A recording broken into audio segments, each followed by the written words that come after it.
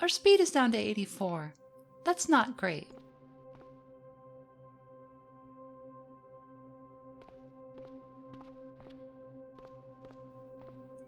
And there are a lot of them out there. We'll need to go back for our bow, but in the meantime we can take a break.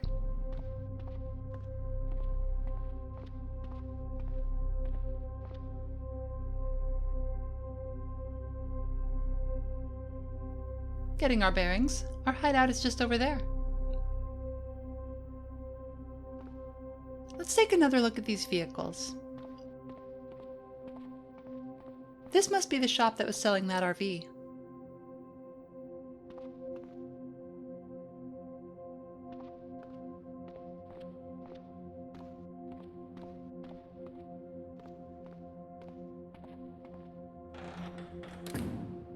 We'll grab these leather gloves.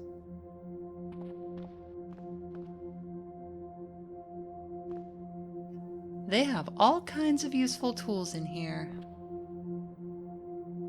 They're things that'll require a vehicle to use, and we currently lack the skills to set that kind of thing up.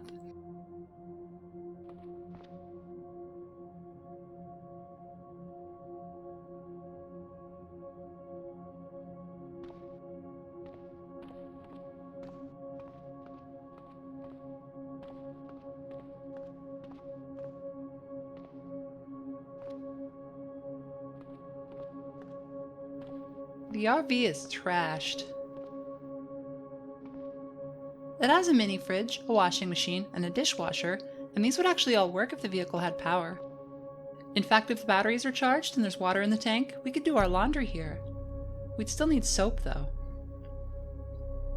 It's also got a kitchen unit. This includes a hot plate for warming or thawing things, and we could use it as a heat source when cooking. The vehicle's main problems are its size and fragility. So much of it is made of glass that it wouldn't take much for zombies to break into it.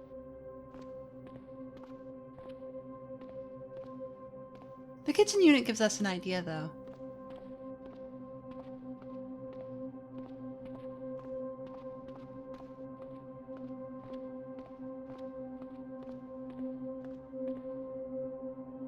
We're gonna grab this food cart.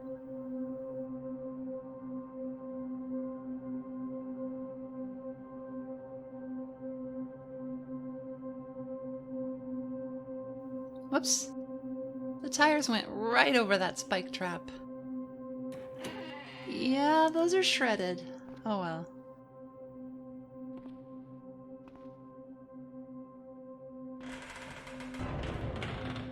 Let's have a look at the food cart. So vehicles are a little confusing at first. Basically, you can think of each tile as a chunk of vehicle frame that has stuff stacked on it. A truck would be made of a lot of frames, but this cart is just 2. They're extra light frames, which means they're really weak but easy to haul around. There are a pair of 10-inch wheels on either tile, and it has an electronics control unit and a mini fridge up front. The back has a kitchen unit, a small storage battery, and 10-inch wheels.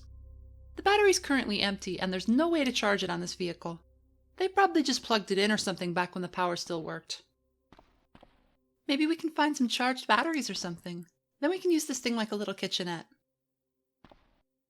Now, if we want to take the river, we could probably just drag the kayak out to the shore and go up that way, but we don't know how safe that would be. If zombies can swim, they might be able to pull us right off the boat. We'll treat our wounds while we think about that. It's clear that whatever we want to do, we are not prepared.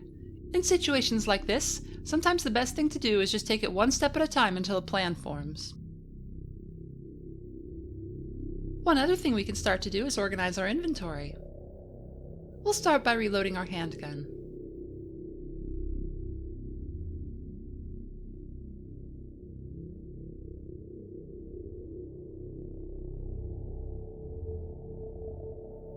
Alright, so we're just going to drop everything we're carrying and turn out all of our bags and pockets.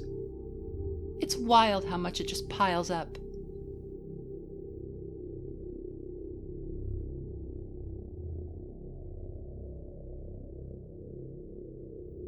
And this is an issue.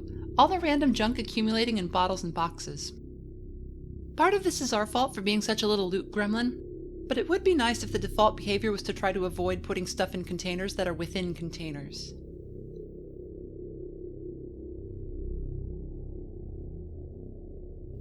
Alright, so we're going to need to think about what our loadout looks like, where we're going to keep our things, and why. A lot of the time we don't have a bag on us, just our jeans, our leg purse, our utility vest, and our trench coat to store things. So let's go step by step and really break down what's going on with our inventory. We'll start with our jeans.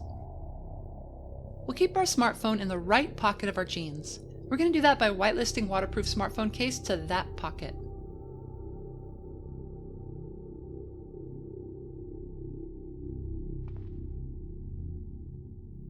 So that phone was in our trench coat because we randomly stuck it there. Now I'll drop it and pick it back up. Boom, right into the jeans. Now it will always go in there whenever we pick it up unless that pocket is full. Then it will go wherever we can fit it. We're now going to take this plastic prescription bottle.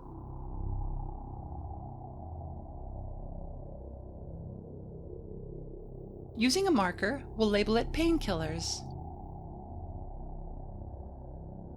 This changes the item's name in our inventory screen. You can do this with anything. Actually, let's think about this.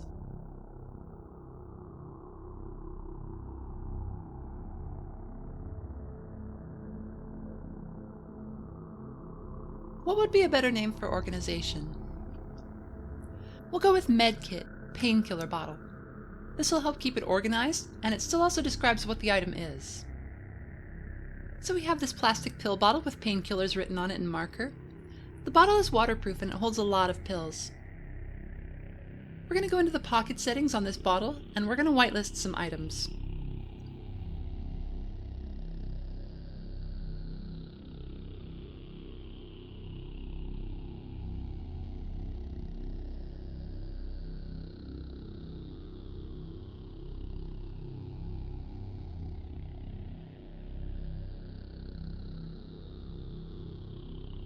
Apparently we actually need to have the aspirin on us in order to add it to the whitelist. There we go. So we have whitelisted 3 types of pain pills for this bottle. That means we will never put anything else in here, and anytime we pick some up, unless there's a higher priority container in our inventory, we'll try to put them in here. We'll set the priority to 101 just to make sure that it's our highest priority container. Now this isn't foolproof. This bottle will eventually fill up and things will start to wind up in random pockets again. But it's a start.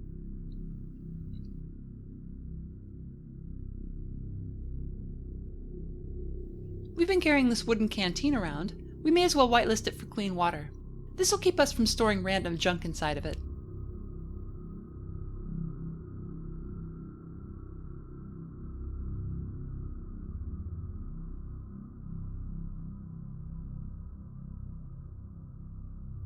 We could do another bottle, but the canteen holds 5 sips, so it's probably not important. Next, we'll set up a container for bandages and hemostatic powder. We try a small cardboard box first, but it won't fit in any of our pockets, so we wind up going with a plastic bag.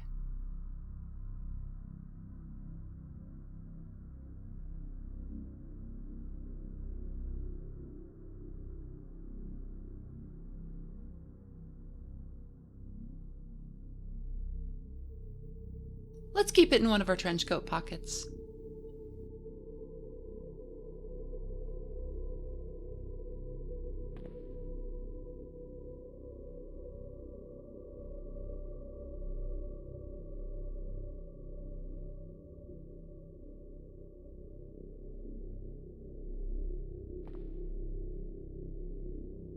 We'll just burn that box that we wrote on.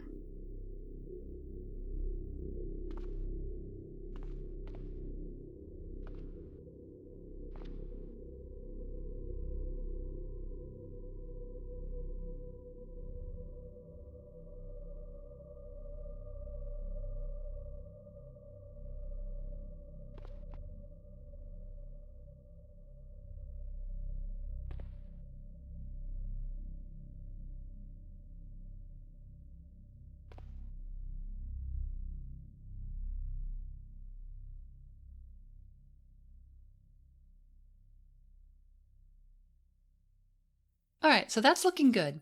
It will take 400 moves, or 4 seconds, to take an item out of the bag where it's currently located. There's probably a handier place we could keep this stuff. We might need to access the hemostatic powder in a hurry if we're hemorrhaging, but for now it'll do. This whole thing might be even easier if we were using a pouch for all of this, like a medical bag, like an IFAC pouch. But right now we're going to keep looking at the gear organized, not necessarily trying to optimize our loadout. That can come later. Let's take a look at our utility vest. We're going to whitelist 2 of these pockets for ammo.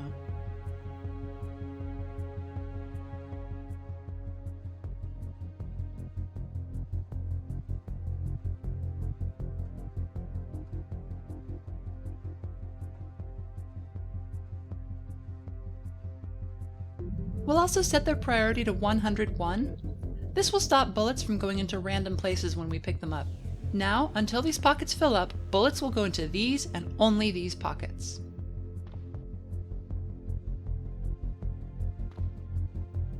Cigarettes are another common offender. We'll whitelist them for this 1 pack. We'll give it a high priority, and we'll keep that on us. Now, whenever we pick any up, they'll go in here.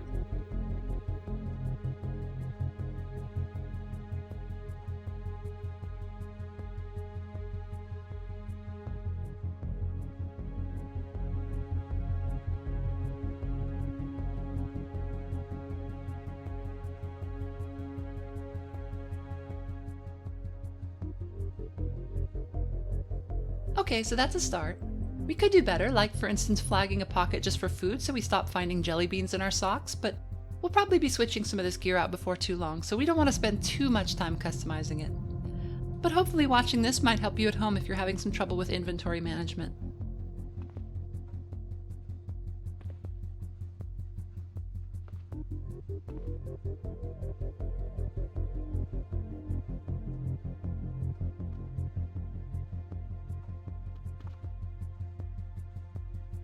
We're going to take a look at this restaurant guide just to fill out our map a little bit more. This isn't critical information, but if we're ever in Minot and we need food, we might be able to find it in some of these places.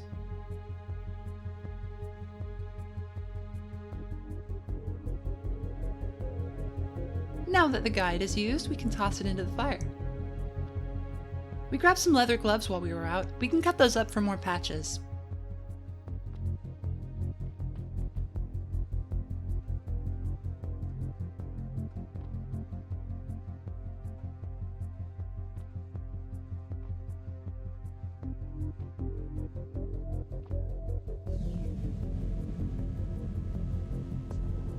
Okay, we want to make a new cudgel.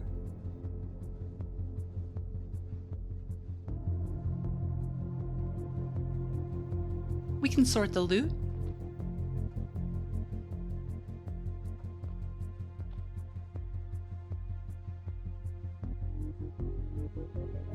We'll eat some of this stale-looking candy.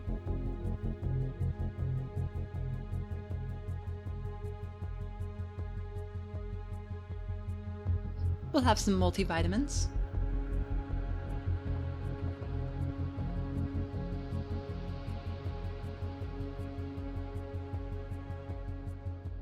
And run our laps.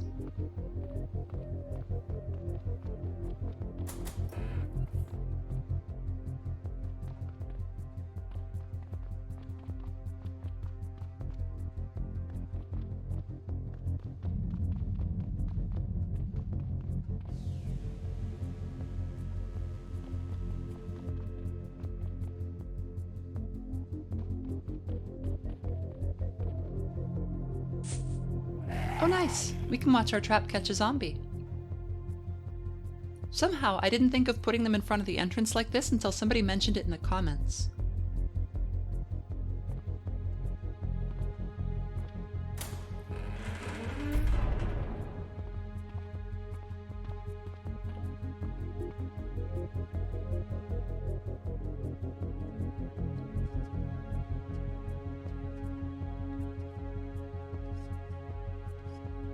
There's a new option that was recently added to the computer menu, dig into local files and logs. Nothing interesting on this laptop, it seems. I believe that option just gives you some snippets of kind of what was going on in the final days. Our stats are still debuffed. I'm not entirely certain why, but we can chill out a little bit longer.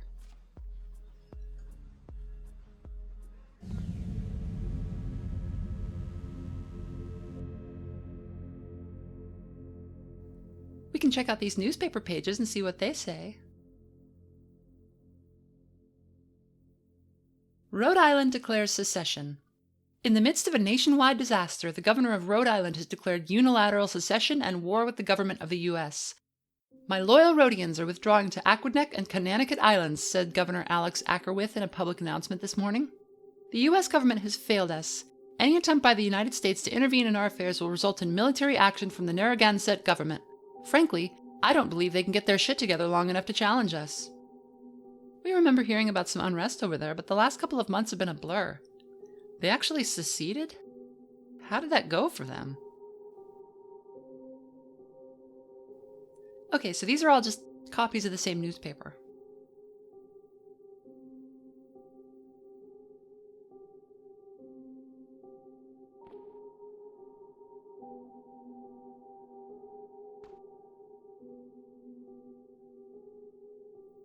We also have some new books here. Mechanics is probably going to be important if we want to do anything with vehicles. Devices would be nice too. We've seen how effective traps could be. Imagine if we had some complex ones instead of just simple nail boards.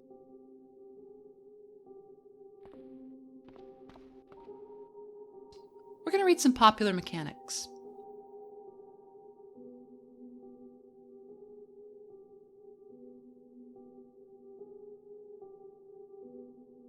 We use the sunlight coming through the display to flip through the magazine until it's finished. We're no expert, but we feel confident now that we have a basic understanding of how to do vehicle maintenance.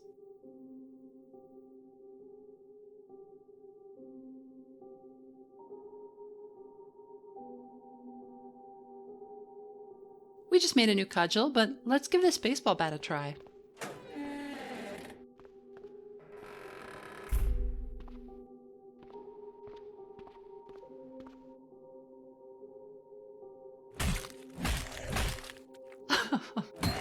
That's pretty good. The bat's a little bit slower, but a few powerful swings are easily enough to crush the zombie's skull.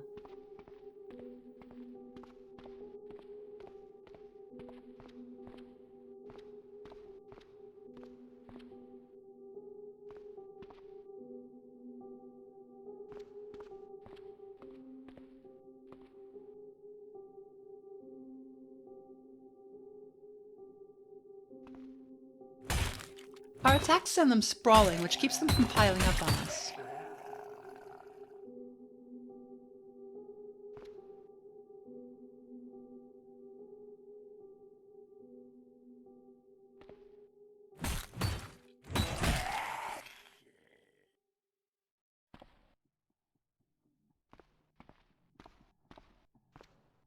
We walk by a craft shop.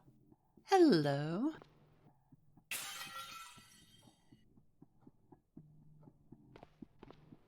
There are a lot more tailoring supplies in here.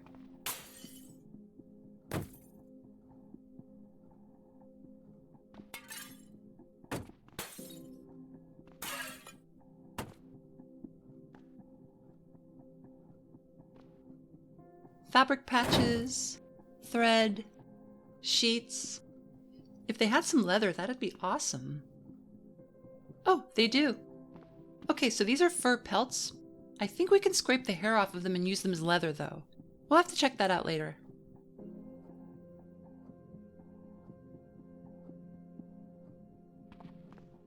We've got a few tailoring books. This one's about traditional kimono. There's sewing techniques for designers, and a book called So What? These are going to have a ton of recipes for us.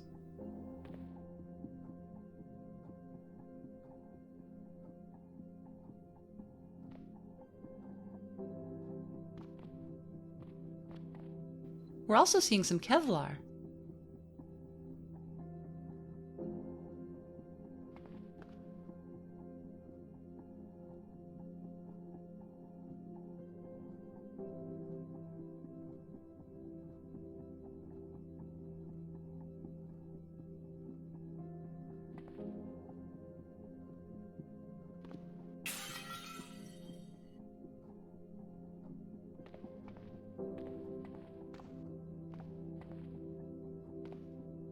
Alright, there's way too much stuff to carry, and if we try to haul it all, it takes 4 minutes to go just one tile. So what we're going to do is we're going to set a note on our map.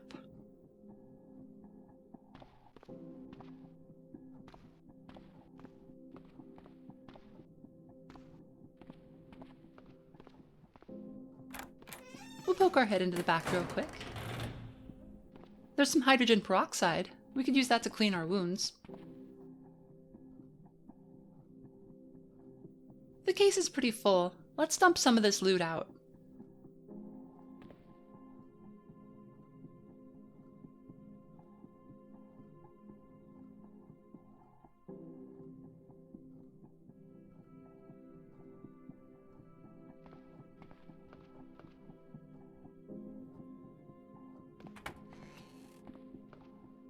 It looks like the shop next door is a shoe store. Not really important.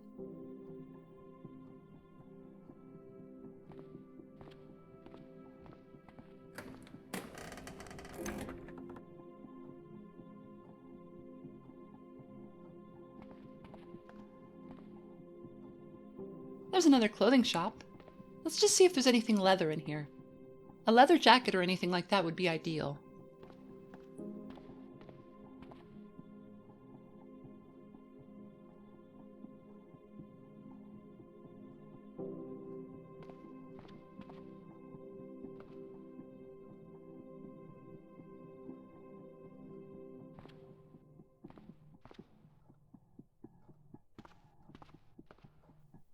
Hold up. Let's take a second look at the fit.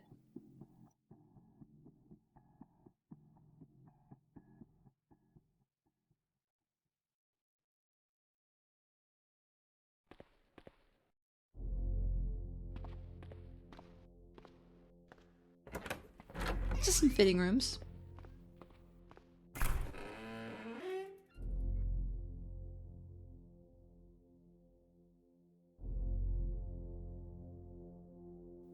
There are rollerblades here. These are kind of interesting. They speed you way up on flat terrain, but they slow you down on soft surfaces, and in combat you trip and fall all over the place.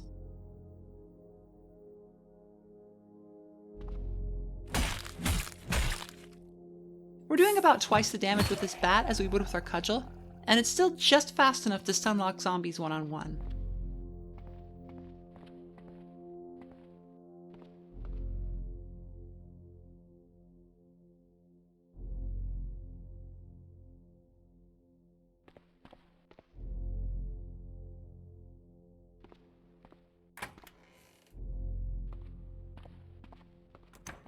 There's a freight elevator back here. It doesn't work anymore, obviously. This looks like maybe a furniture store. We can cut up these cowboy boots for leather.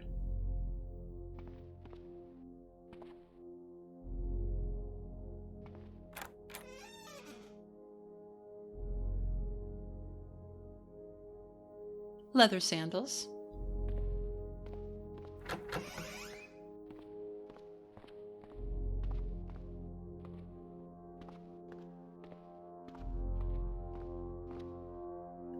There are actually a lot of appliances in this furniture store.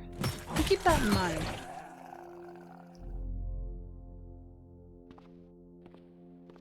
Oh, an electronics section.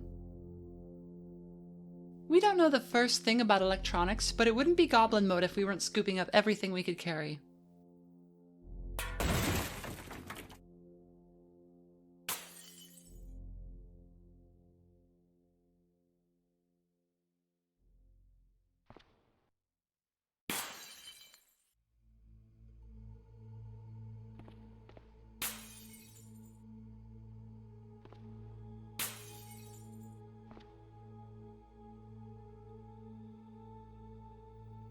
More leather sandals.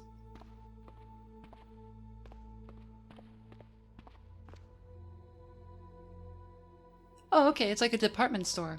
Here's the shoe section.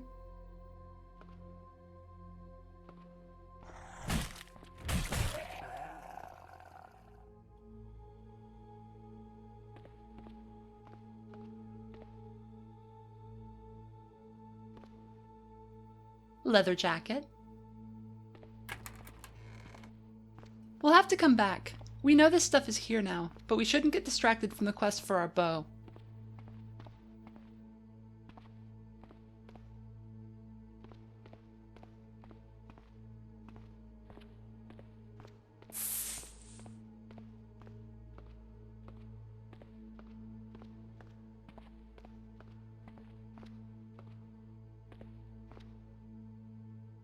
A crowd starts to gather as we step outside.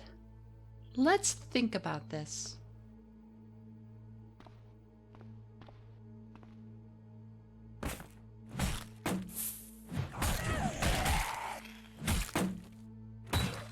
We beat down 2 of the zombies that approach from behind.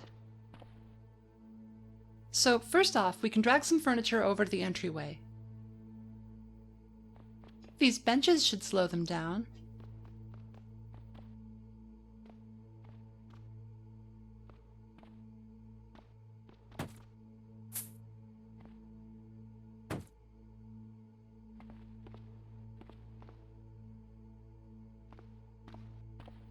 We spot a figure in the bookstore. Does it have a way to get to us? Yes, it does. Let's take care of that.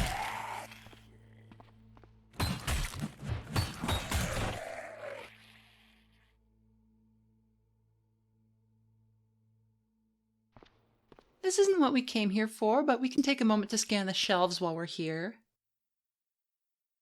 Okay, there's all kinds of stuff. We'll definitely want to come back here.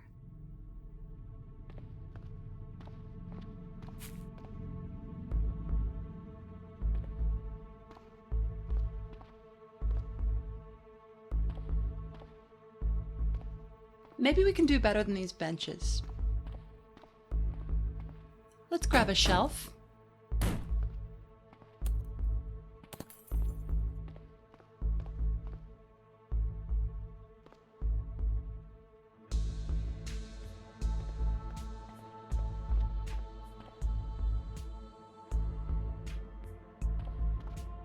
Yeah, this'll help a lot. They can't walk through the shelves, so we can barricade the main hall halfway and then leave them less room to get through.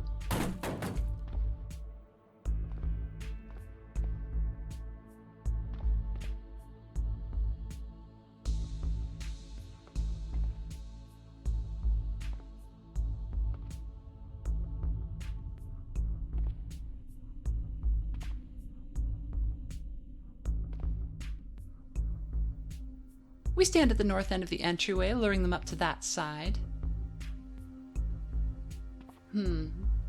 Actually, let's get one more shelf. The idea here is to keep them from piling up on us, because if we get grabbed by just 3 of these zombies, we are probably done.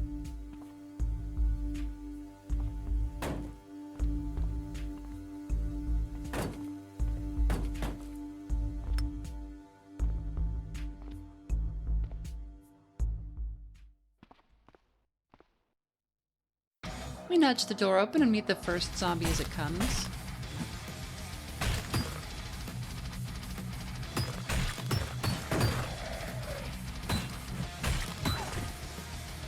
They're piling in faster than we can deal with now. We should have placed another shelf up top. That's okay, we can still fall back. We shove the bodies out of the doorway. It's very important that we keep it clear. One of them slips through while we try to catch our breath.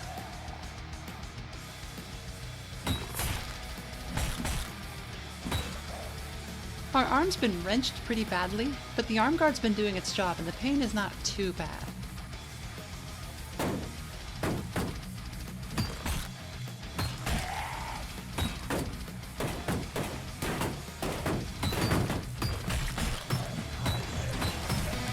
We stand over the bodies, panting.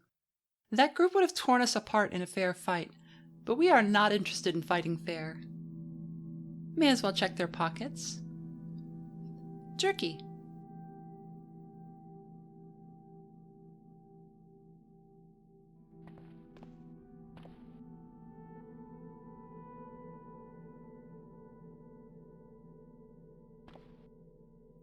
So there's yet another bug-out bag here. It's got a stand mag and an AR pistol. This is a compact version of the standard AR. It's weaker and less accurate, but if you want something that's easy to use and hits hard, you could do worse. Notably, it uses 5.56 ammo, which is really easy to find. It came with some 223 here. 223 and 5.56 are the same size, but 5.56 has more gunpowder in it. That means the bullets go faster and hit harder, but it also means they're only compatible one way. Anything that's designed for 5.56 will also shoot 223, But you can't put 5.56 in a gun that's only designated for 223. The pressure will be too much and it could damage the weapon or even explode on you. Luckily, this won't happen in Cataclysm. The game just won't let you put the wrong bullets in the gun.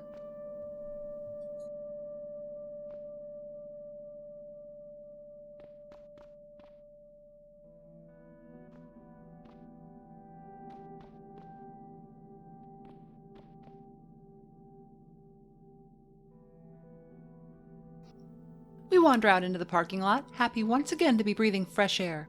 Huffing corpse gas all day is probably giving us cancer or something, though the cigarettes will probably still do us in first. There's a SWAT zombie down to the south. We can go take care of that while we've got a blunt instrument handy.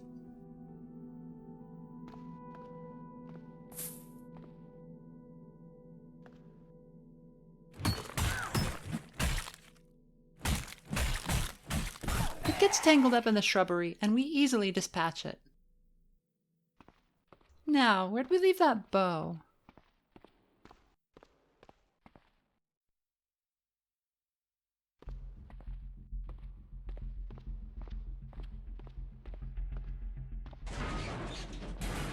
A couple of zombies start moving in.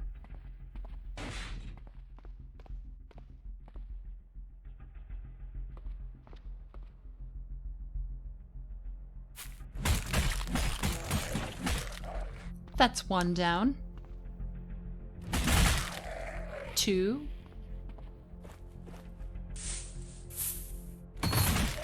3. And 4.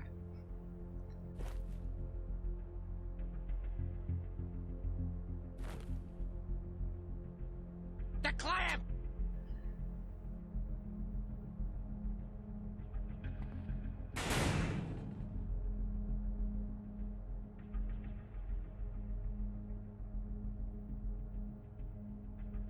We realize we're on the wrong end of the parking lot. The bow should be farther south.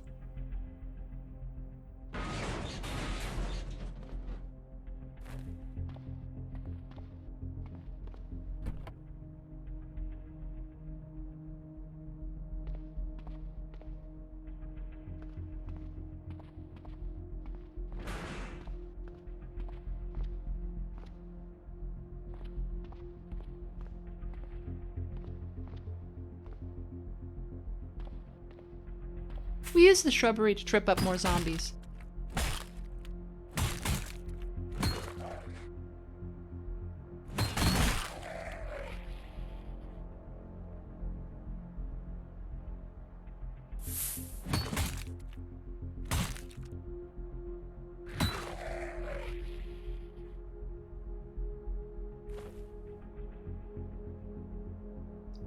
The hard work is starting to make us sweat. We were really cold this morning, but now it's mid-afternoon and we're kind of hot in all this clothing. Spring really is the worst season. Loosening our scarf should help, but it's our torso that's really warm. There's our bow.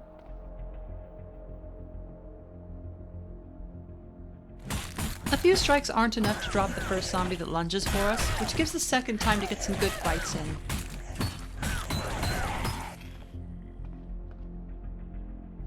Our armor is doing its thing, but it can't protect us forever. Fighting out in the open ground is just no good.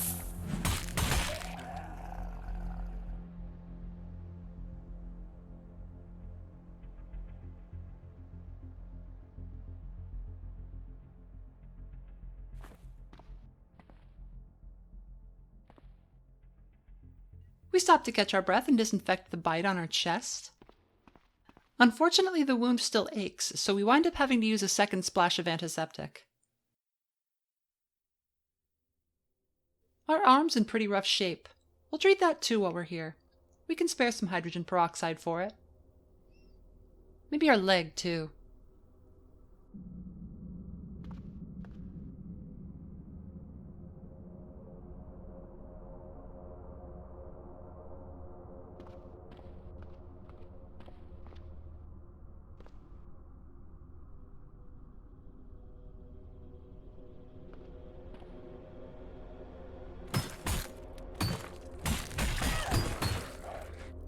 We're not keen on fighting another pair in the open.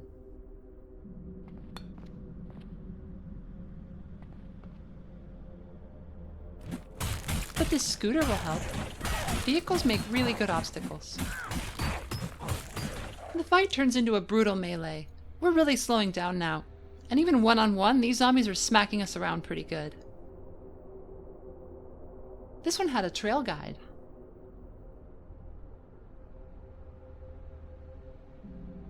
So this shows trails on our map, which can help clue us in on the surrounding terrain.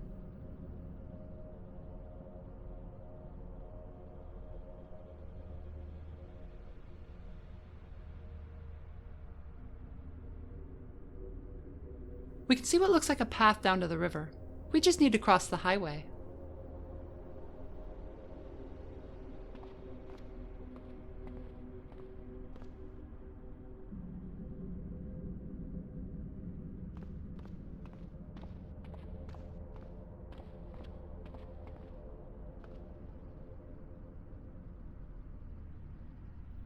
We managed to recover our bow. The bat's looking pretty badly dented. It's down to 17 bash damage from 22. But if it gets any worse, we should probably just toss it.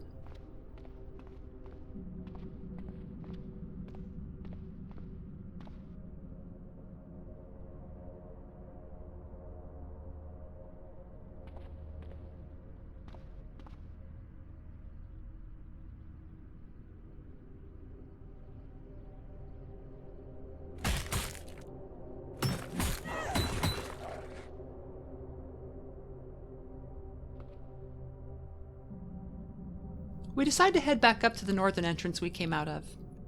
We left our rifle case up there.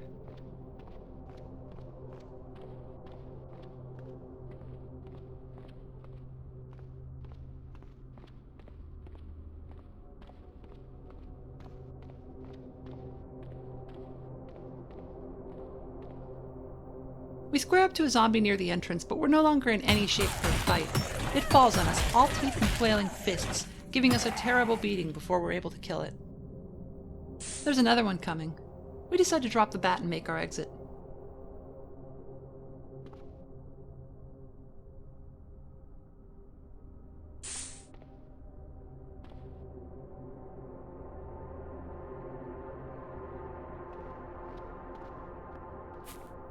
We swing the doors shut behind us and climb past our barricade.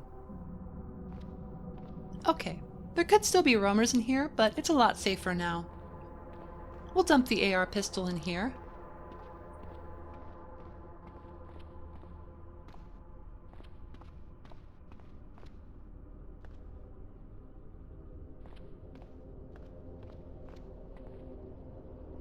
We're too weakened from the beating we took to fire our bow, so if we see anything, we'll just have to avoid it.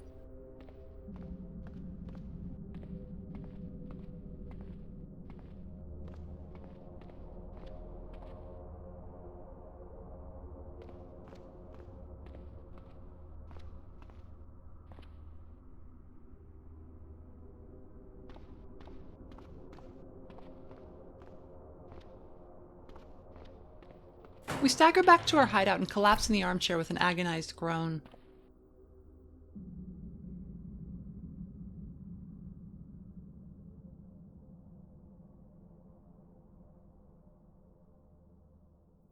We change out our bandages and disinfect any breaks in the skin.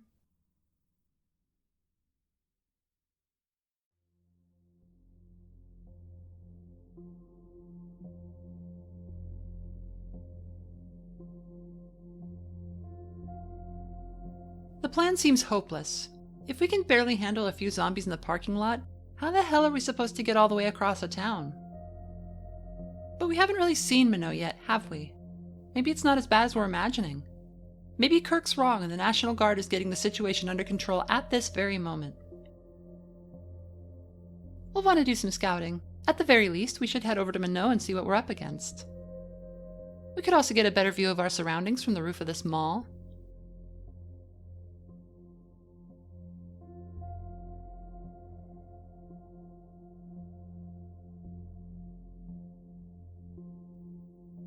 We'll pop a tramadol. It's not the strongest thing we have, but it'll take the edge off.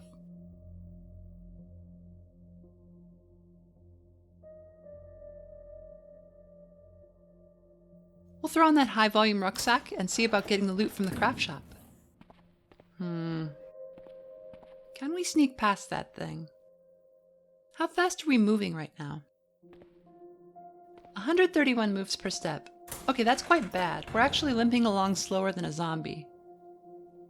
As much as we want that loot, it's not worth the risk. We'll just chill out back here. We can read something light for a bit. The Car Buyer's Guide is something we can flip through while we're gritting our teeth from the pain.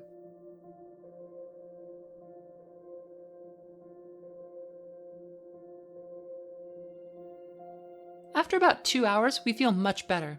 The pain's way down, but we still need rest. Maybe we should just sleep this off. We'll eat something before we crash. Sausage, fruit juice, lettuce, I guess. A dry salad wouldn't normally be much fun, but we've had very little fresh food the last week, so it's a nice change of pace.